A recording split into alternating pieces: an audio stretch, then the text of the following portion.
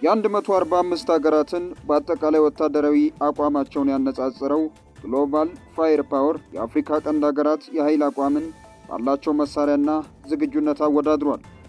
አገራቱ ያላቸውን አጠቃላይ ወታደራዊ ኃይል ለማወዳደር በተጠቀማቸው ወደ 60 የሚጠጉ መስፈርቶች አማካኝነት መዝኖ ነጥብ ሰጥቷቸዋል። ከግምት ውስጥ ከገቡ መስፈርቶች መካከል ወታደራዊ ቁመና፣ የፋይናንስ አቅምና ሎጂስቲክ ይጠቀሳሉ። በ2026 የተከለሰ መረጃን መሰረት በማድረግ የአየር ኃይልና የባህር ኃይልን ጨምሮ በአጠቃላይ ወታደራዊ አቅም ተከልሷል። ሰላም ውድ የዱካን ኒውስ ቤተሰቦች፣ ለዛሬ ለትንታኔ ወደ መረጥነው ጉዳያችን ከማለፋችን በፊት ቻናላችንን ላይክ እና ሰብስክራይብ እያደረጋችሁ አብራችሁን እንድትዘልቁ በትህትና ጋበዝን።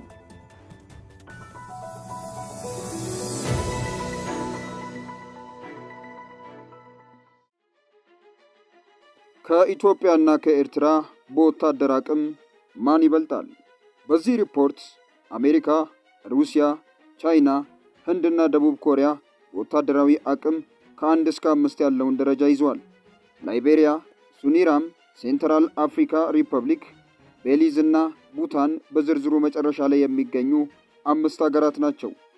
ወደ አፍሪካ ቀንድ ስንመጣ በዝርዝሩ ውስጥ ኢትዮጵያ፣ ኤርትራ፣ ሶማሊያ፣ ሱዳን፣ ኬንያ እና ደቡብ ሱዳን ተካተዋል።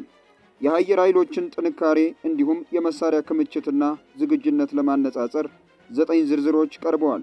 ከነዚህም መካከል አጠቃላይ አውሮፕላን ብዛት፣ ተዋጊዎች እንዲሁም የተዋጊዎች አይነት ይጠቀሳሉ።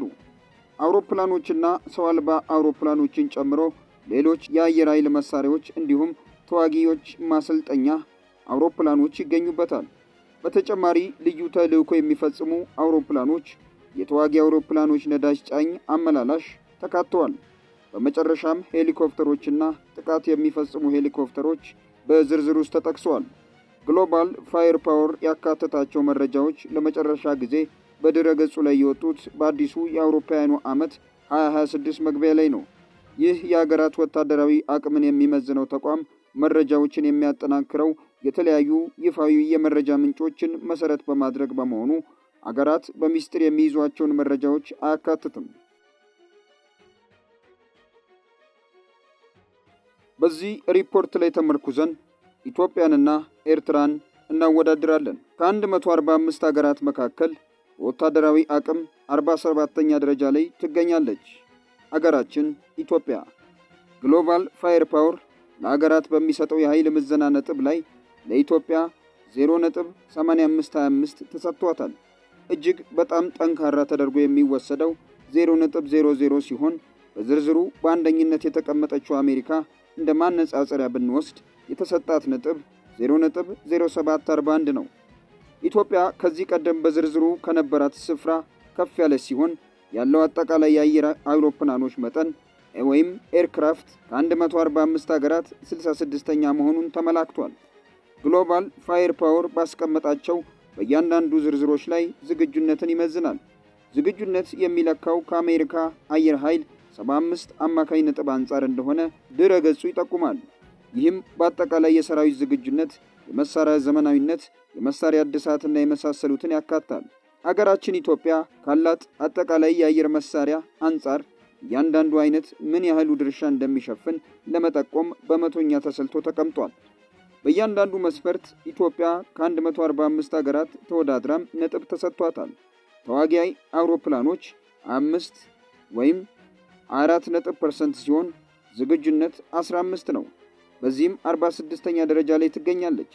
ጥቃት ፈጻሚ አውሮፕላኖች አይነት ደግሞ ሲጠና አውሮፕላኖችና ሰው አልባ አውሮፕላኖች ድሮኖችን ጨምሮ የአየር መሳሪያዎችን 9 ወይም 8.7% ሲሆን ዝግጁነቷ ደግሞ 5 ነው። በዚህም 42ኛ ደረጃ ላይ ትገኛለች። የተዋጊዎች ማሰልጠኛ አውሮፕላኖች ወይም ትሬነር ኤርክራፍት የሚባሉት 34 ወይም 32.7% ሲሆን ዝግጁነቷ ደግሞ 20 ነው። በዚህም 48ኛ ደረጃ ላይ ትገኛለች። ልዩ ተልዕኮ የሚፈጽሙ አውሮፕላኖች ስፔሻል ሚሽን ኤርክራፍት የሚባሉት ደግሞ 0፣ አውሮፕላን ነዳጅ ጫኝ አመላላሽ ወይም ትራከር ፊልት የሚባሉት ደግሞ 0፣ ሄሊኮፕተሮች በዚህም 31.7% ሲሆን ዝግጁነት 20 ነው። በዚህም 67ኛ ደረጃ ላይ ተቀምጣለች። ጥቃት የሚፈጽሙ ሄሊኮፕተሮች 7 ወይም 6.7% ሲሆን ዝግጁነቷ ደግሞ 4 ነው። በዚህም 38ኛ ደረጃ ላይ ትገኛለች።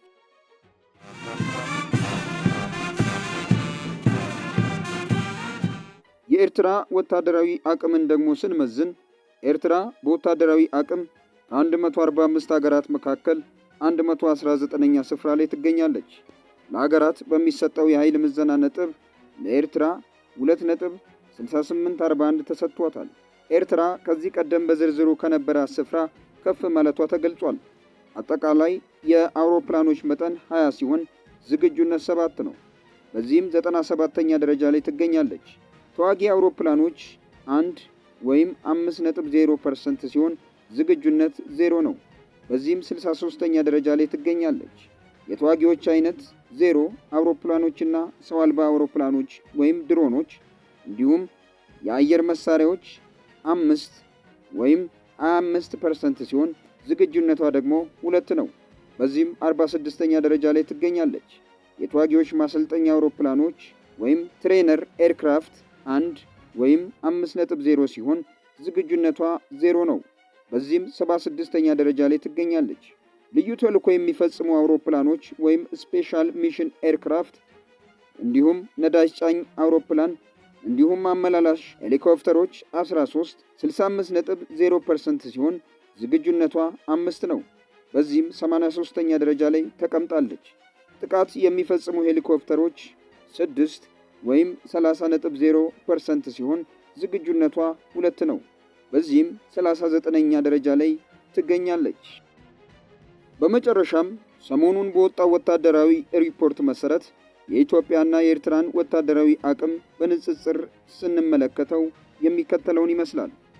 አጠቃላይ ወታደራዊ ደረጃ ኢትዮጵያ በዓለም 47ኛ ደረጃ ላይ ስትገኝ በአፍሪካ 5ኛ ደረጃ ላይ ይዛለች። ኤርትራ ደግሞ በዓለም 119ኛ ደረጃ ላይ ትገኛለች። የወታደር ብዛትን ስንገመግም ኢትዮጵያ በግምት 503,000 የሚጠጋ ንቁ ተዋጊ ኃይል አላት። ይህ በአፍሪካ ትልቁ የሰው ኃይል ሆኖ ተቀምጧል። ኤርትራ ደግሞ በግምት 120,000 እስከ 300,000 የሚጠጋ ንቁ ተዋጊ ኃይል አላት። በዚህም ኢትዮጵያ ትበልጣለች። ኤርትራ ከህዝቧ ብዛት አንጻር ከፍተኛ ወታደራዊ ዝግጅት ያላት ሀገር ናት። የምድርና የአየር ኃይል ንጽጽር የኢትዮጵያ ኤርትራኮች 680 የተሻሻሉ 1756 አሮጌ የአየር ኃይል አውሮፕላን፣ ዘመናዊ የድሮንና የጀት አቅም በግምት 20 አውሮፕላኖች፣ ባህር ኃይል የላትም። የቀይ ባህር ዳርቻና የባህር ኃይል አላት። ኤርትራ ደግሞ የቀይ ባህር ዳርቻና የባህር ኃይል አላት። ዋና ዋና ልዩነቶች ቴክኖሎጂና ዘመናዊነት። ኢትዮጵያ በቅርብ ዓመታት በድሮን ቴክኖሎጂና በአየር ኃይል ዘመናዊነት ላይ ከፍተኛ መሻሻል አሳይታለች። ኤርትራ በአንጻሩ አብዛኛው ትጥቋ የድሮን እንደሆነ ይነገራል። ኢኮኖሚያዊ አቅም ኢትዮጵያ ከኤርትራ ጋር ስትነጻጸር ሰፊ የኢኮኖሚ አቅም ያላት በመሆኑ ለረጅም ጊዜ ለሚቆይ ጦርነት የሚሆን ወጪ የመሸከም አቅሟ ከፍተኛ ሆኖ ተቀምጧል። ስትራቴጂካዊ ጠቀሜታ ኤርትራ የባህር በር ያላት መሆኑ እንዲሁም ከፍተኛ ቁጥር ያለው ታንክ መታጠቋ ለመከላከያ ውጊያ የተሻለ አቅም ይሰጣታል። በአሁኑ ወቅት መጋቢት 2026 በሁለቱ ሀገራት ድንበር አካባቢ ከፍተኛ የወታደር ክምችትና የቃላት ምልልስ መኖሩ በሪፖርቶቹ ተጠቃለዋል። ምን ይፈጠር ይሆን? ሁሉንም አብረን የምናየው ይሆናል።